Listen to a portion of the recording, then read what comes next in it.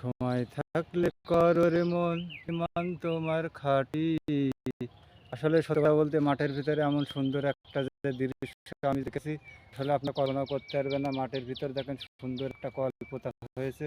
এটা হচ্ছে গ্রাম বাংলার ভিতরে খেটে খাওয়া মানুষের জন্য এই কলটা পোতা হয়েছে।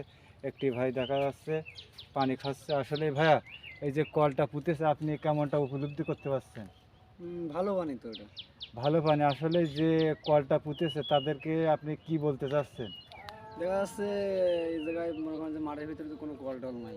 আচ্ছা। এই কলটা দিয়ে তো মানুষের ভালো উপকার হয়েছে, ভালো পানি খাওয়া খাওয়া যাচ্ছে।